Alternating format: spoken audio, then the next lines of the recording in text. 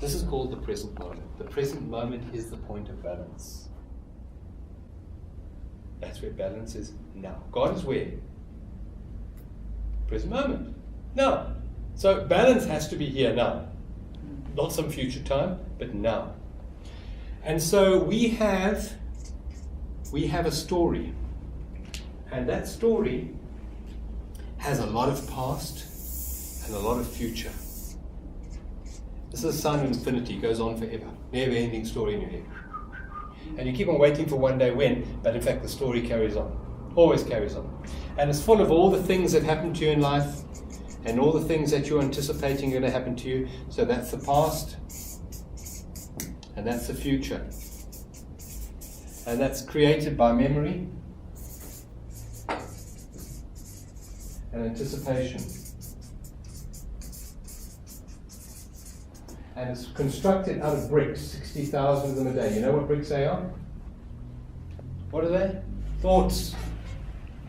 And the sad thing is that 95% of these bricks that build this world for you, 95% are repetitive and negative. And the sad thing is that we create these bubbles. And we live as if these bubbles are more real than life. And life is only ever in the vertical plane which drops through the present moment, which is the now. And in the now you find life, you find love, you find peace, you find joy, you find a whole lot of other things. And most people live as if the story progressing from past to future is more important than the reality. If you are in love with someone and you're with them, where are you? You're not in your past and you're in your future. You don't care about their past and you don't care about the future. You're just here in the present moment with them. Yes or no? Yes. And you make the present moment more important than your story. And therefore, in that moment, you are in bliss. But very quickly, the mind comes in and obliterates this and creates another one of those. And what we do in relationship,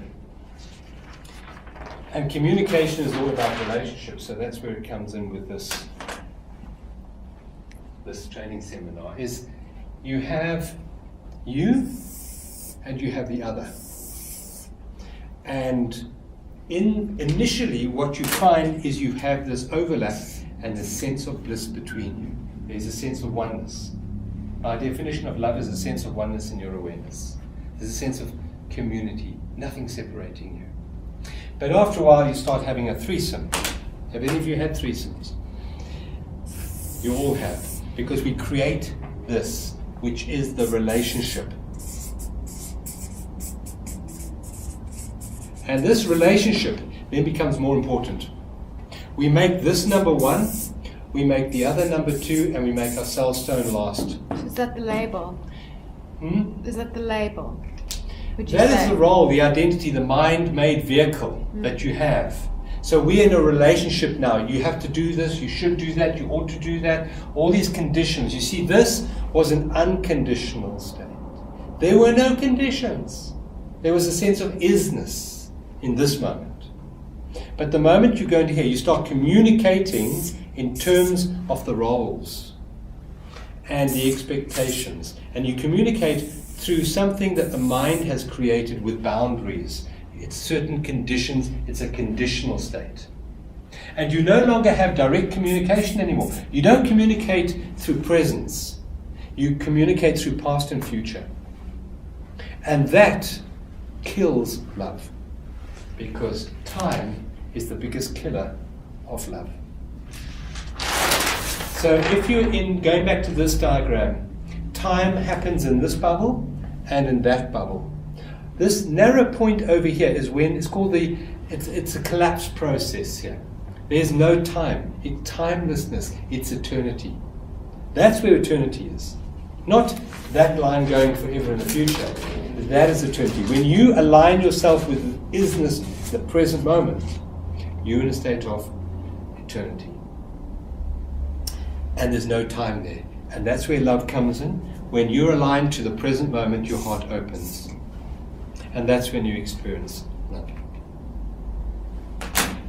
And the moment you make your story, or the story, more important than love, you are living in a world, a matrix of your own creation, and it is ruled by that energy we spoke about this morning called false evidence appearing real, which is fear. And when you're in this, you're driven by your ego, and you look outside you for your fulfillment. The ego is always looking outside itself for security, outside itself for love, outside itself for fulfillment. That chocolate cake, surely you've got to do it. Anybody than me now? And the moment you do that, you are robbing yourself of life. Because life is in the present moment. And the moment you take, for example, stimulants, you stimulate your brain rhythms. This, to be here now, the predominant brain rhythm of being here now is called theta. Anyone heard of theta? I'll go through that in a moment. The predominant brain rhythm of these two is alpha and beta. And this is your own creation, and this is God's creation.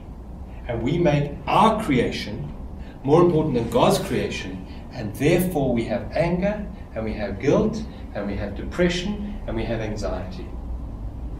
All of that happens because we are holding on to a world in our head that we've created, and we've made the world we've created more important than the world God created. Sorry, I used that word again. Now, to sin. Anyone know the word sin? What does sin mean? Do something wrong. Right, what do you say? Doing something wrong, yeah. Okay. Or something against your better judgment. I don't know. Or Have you ever sinned? Yes. Well, you were born into sin, weren't you? Eh? Well, here, let's just draw this for you.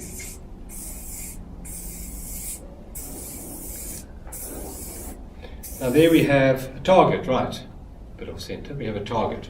And right in the middle, we have the bullseye, right here. Now, when you shoot an arrow and you hit over there, you've missed the central mark, haven't you? If you shoot another arrow and you hit there, you've missed the mark. This mark in the middle is presence. It's the now. It's the divine essence of presence, which is God. If you want to put a word to it, you have to put that word to it. When you think a thought, you are in a bubble of your own creation.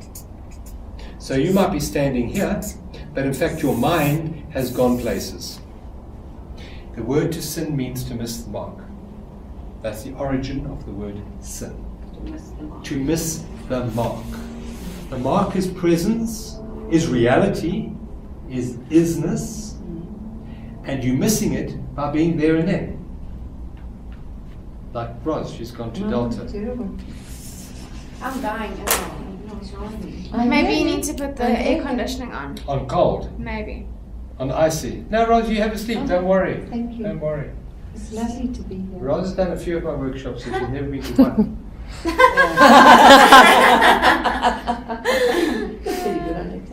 So now, what we do is we create in our awareness an attachment to something here in the past, or a projection into the future. If we project into the future, we may well experience anxiety.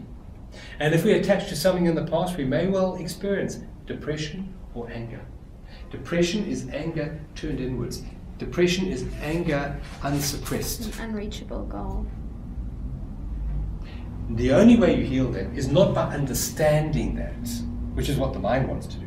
Give me some more information. Let me have a few more thoughts here, and I'll sort it out. No, you come back home. You come back to presence. The more presence you invite into your awareness, the more presence you invite into your awareness, the more you heal. All you have to do is invite it. And you can do it through some of the methods we've discussed. Reduce anxiety by taking sugar out of your body. Where does sugar take you? It takes you into your story. Breathing deeply brings you into the present moment. It's what yoga is, bringing you into the present moment.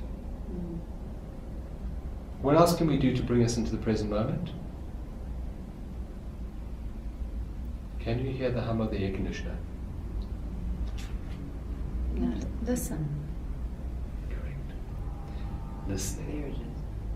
If you're listening, you have to be present. Because how can you listen if you're in your past or your future? And so listening is such a powerful key to making you present, to bring you into alignment with life. And what did I call that? It's a very wise thing I said. Alignment with life is one with life, as against NEL, which is the cause of all disease, non-alignment with life. So it's wise to be aligned with life. So the fear and anxiety that you experience is due to you making the past more important than present, or making the future more powerful than present. Now, the truth is that your point of power, and this is probably the most important saying I'm going to give you, your point of power is in the present moment. I want you to remember that. Your point of power is in the present moment.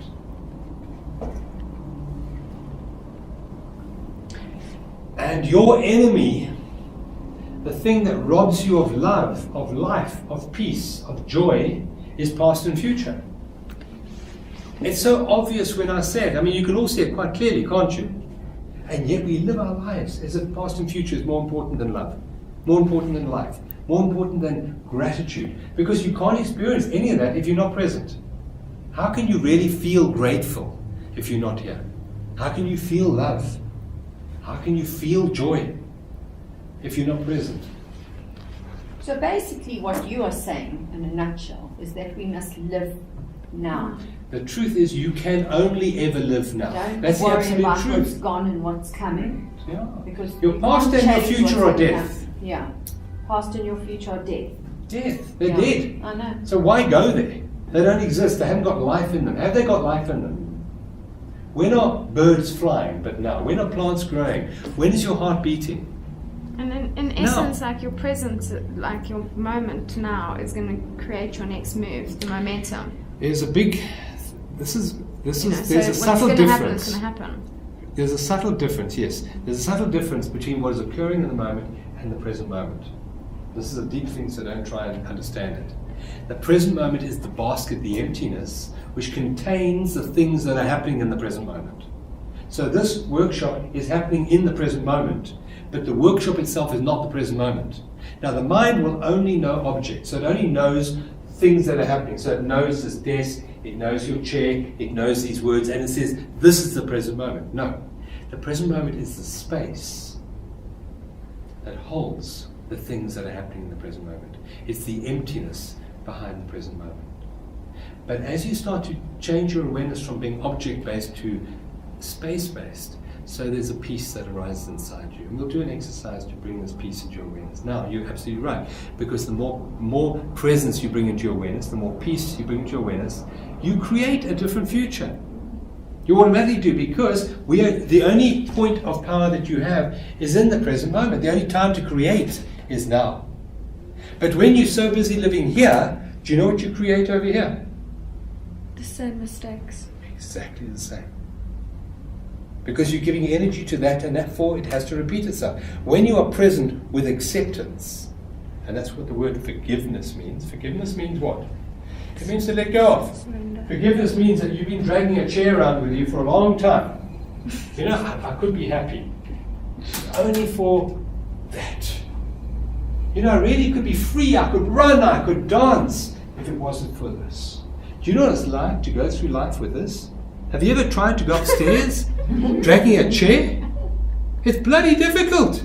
And also people look at you and they feel sorry for you. Do you know what it's like to have people looking at you always as if something's wrong with you? There's nothing wrong with me, except I've got this. And I can't do anything about this, because it is what happened. So then another thing, So, John. just to interrupt you, All right. Colleen. So, forgiveness means to let go. Let go. But you won't let go while you think this is you. If you think I am the person with the chair, then you won't let go, because hell, I don't want to die. Well, I would suggest that dying is the one thing you need to do. Die to your past, die to your future, so that you can truly live. Letting go of attachment to your pain, to your suffering, will happen. The distance between now and then is just more discomfort. The only thing that's ever real is presence. Presence is God, if you want to put it in that type of terms. And the more you attach yourself to your story, the more you will sin, and the more you will pay the price of sin, which is what? Pain and suffering. And no one's doing it to you. No one's doing it to you. So now getting back to the beliefs, going back to the beginning of your question. If you have an understanding that life is perfect, and nothing can ever happen to me that I will not cope with, because nothing has ever happened in the past that I couldn't cope with, because I have always coped with everything, and I will never be given anything that I can't handle in the moment. You will even die successfully. No one has died unsuccessfully. There is nothing to fear except fear itself. And then you start to hand over and trust. And I would suggest in your case, there's a lack of trust. There's a lack of stepping back into life. There's a need to be something, to control something, to fix something. You've made the in-breath more important than the out-breath. Now we can change, because your point of power is in the present moment. So it doesn't matter what you've done in the past. It doesn't matter what you've attached yourself to in the past. Your power is in the present moment, not the past. And if you hand over to the feminine aspect, which is presence, as against relying on the masculine energy, which is doing, if you stand back, step back in your consciousness, step back into the present moment and breathe out. That is the key to healing. Stepping back into the present moment and letting go. And you will find that your doing will change, and circumstances will change around you in miraculous ways, and situations and people will come to you that weren't even in your play the first time around. Because as you change here, so the world out there changes. And that is the meaning of forgiveness. Forgiveness means to let go of and let love flow. In other words, remember I said you were a knot in the hose pipe, you knotted, and as you open that, so love flows in miraculous ways, because now you are open to the flow of life instead of being protected. I need to protect my heart because it's been broken. In truth, your heart can't be broken. The only thing that ever gets broken is your thoughts, your expectations, your beliefs. That's what gets broken, is your mind. The shoulds and the coulds, that's what get affected, not your heart. Your heart is present. You think it's your heart because you feel the pain here. Because whenever you make your head more important than your heart is hurting. It wants you to come back home. Come back home to where? To presence. What has this got to do with communication? If you're not present, you can't be yourself. You can't communicate if you're not fully present. And so you will choke up on tears, because suddenly it's this shoulds and coulds and ought to haves that are more important. Here there's joy. There's you. When you are fully present, you're expressing your unique energy that divine gave you. Every single one of you here are completely unique. Your fingerprints are not the same as your sister. There's no two human beings with the same fingerprints. There's no two human beings that are created equally. We all have a uniqueness within us. And it is such a disservice to the divine not to shine in your unique way. Absolutely unique. And so it is with this, teaching you to communicate. To communicate in terms of your own uniqueness. We've all got a unique essence to share in the world. Don't try and be like someone else. The worst thing is to think you ought to be like this. I ought to dress this way, walk this way, sound this way. No. God made you unique. The universe, divine, whatever, made you unique. And to celebrate that uniqueness and know that everything is perfect. So if you want to protect yourself, don't build bigger walls. Open your heart to love, because that is your protection. There's a saying from a book in the Course of Miracles, and the saying is that nothing real can be threatened and nothing unreal exists. And what it's saying there is that everything in your matrix can be threatened and will be threatened and will be taken away from you, because it's not real. But what is real cannot be threatened. The problem is we make our unrealness more important than realness. And that's the core dysfunction that we all carry around with us, and that's why we suffer. That's what Buddha said. Dukkha is attachment to your story. What did he also say? Attachment is the pollution to love. That's it. Blocks love. Love is all that is. Love is always here. But you just can't align yourself with it. You can't align yourself with life because you're in non-alignment with life. This is non-alignment with life. Now, This is alignment with life. You can see, life is always here and now, and this is non-alignment with life. Now, in Christian terminology, this represents the cross. And the cross represents physical story intersected with spirit. That's where the symbol comes from. It doesn't come from a guy being nailed to something. It was way before. It's been around for thousands and thousands of years. And it represents our journey in the illusion of time, intersected always by presence. You can have no experience here if it wasn't for this. So that's your God journey, the theta line, though. This is theta. Yeah. This is reptilian brain.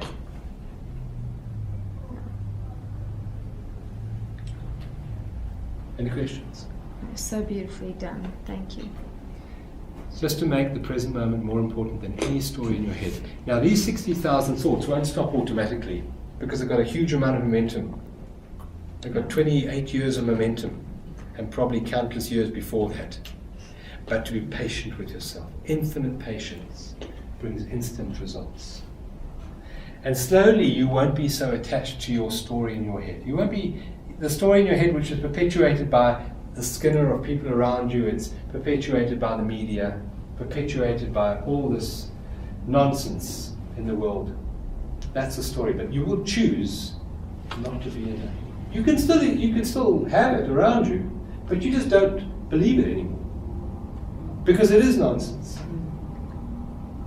If 95% of these bricks that you use to build your story every day are based in false evidence appearing real, how can you believe them? And there's a lot of neurological science behind what I'm saying.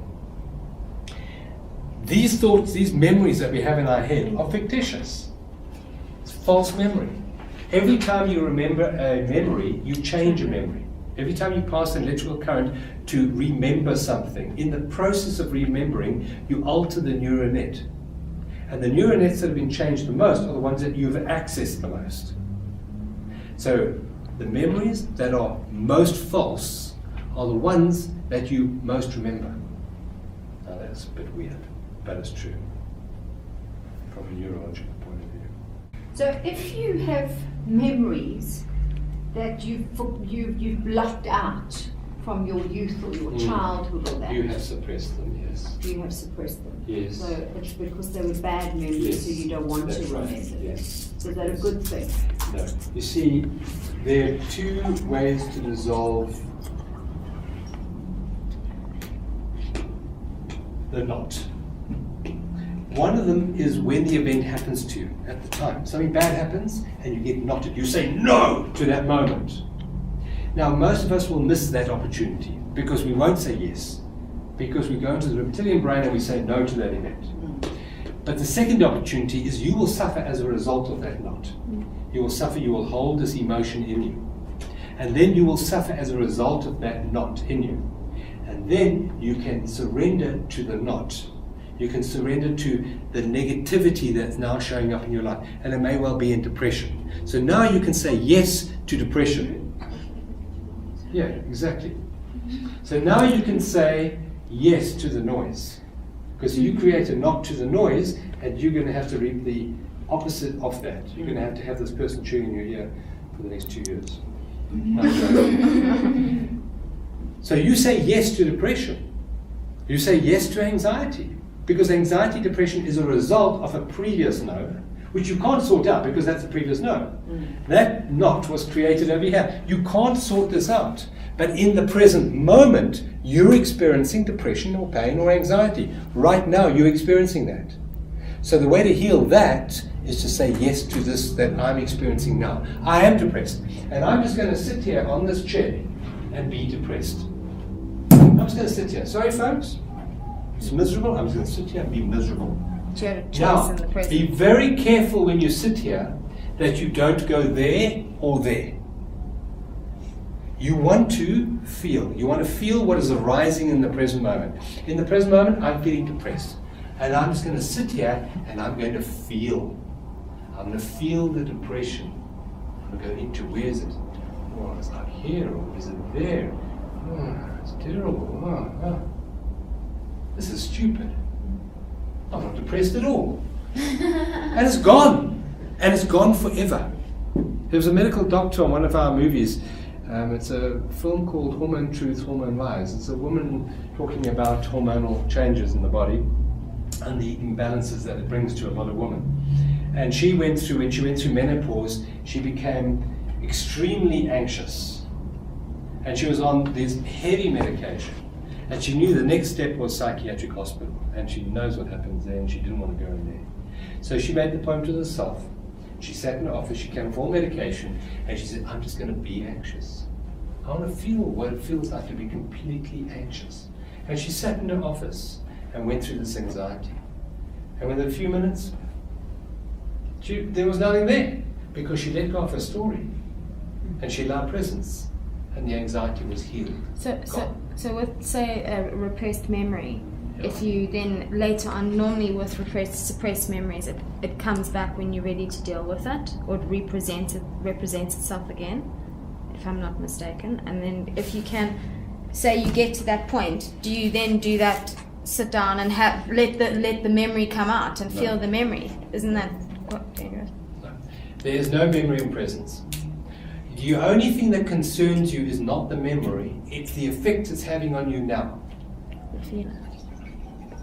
It's the effect. And the effect will be in an emotional imbalance, which will be anger or depression or resentment or a phobia or anything like that. It'll come out as that. Okay. You surrender to that, not to the event.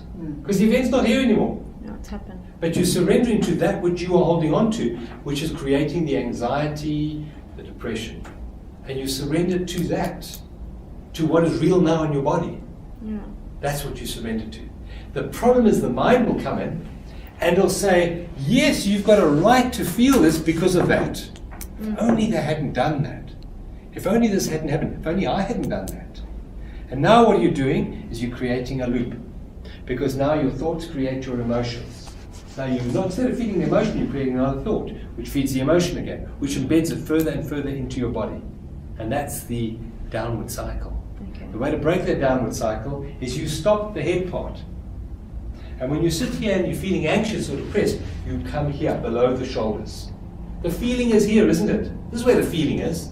It's right here. And you come into the here-ness. You see, this part of your body is present. This part of the body is your matrix. So if you can disconnect this and just come into the body and feel the feeling. Right now, what is it? How does it feel to be depressed? It feels terrible. Or for example, you want to give up smoking. And you say, well, I'm going to feel what it feels like to crave nicotine right now. I'm not going to act on it. I'm going to feel it. Is it my liver that wants it? Liver? But I'm addicted to smoke. Sorry, no. Come back into my body.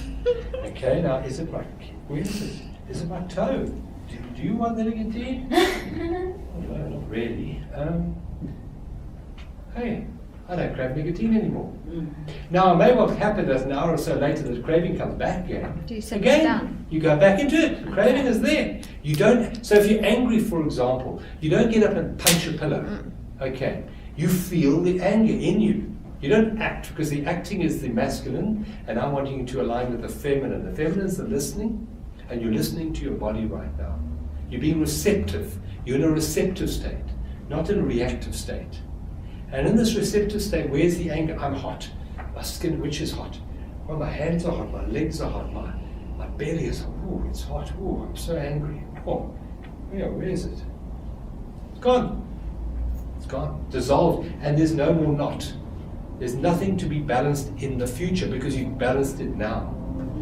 Do you eventually break that loop away? You balance it there and then. Okay. You invite presence into your awareness. You make presence more important than your story. And presence is the divine. You think the divine can't balance anything. You think that the divine can't heal you just like that. But you have to want it more than your story. Yeah. If you want your story more than healing, you'll have your story. God gave you free will. You can choose. You can carry the chair around with you and moan and groan about how difficult it is to go upstairs. And I would be happy, and I would be actually, I'd have self-worth of this if I wasn't carrying this chair. It's diminishing me to have this. Your point of power is in the present moment. The only time you're attached to the chair is now. Because the past and the future do not exist. In reality, they exist in your head, I know, but not in reality. Blind is ahead of the game there. What? No, you just weren't here. You just gone into the future, which is fine. Ahead of the game. Sorry. You're always ahead of yourself, aren't you, Blind? I am. I'm always like, while I'm busy doing something, I'll be thinking of the next thing already. You want to heal her, don't you? Yes.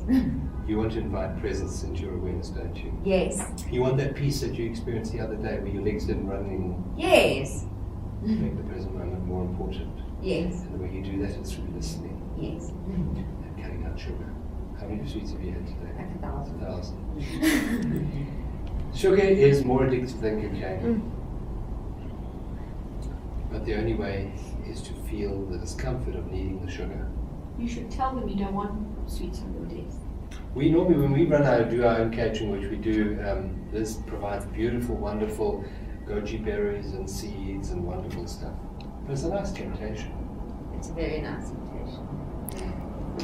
But you would say there's a price to pay. There's a price, and the price is anxiety. Yeah. The price is anxiety.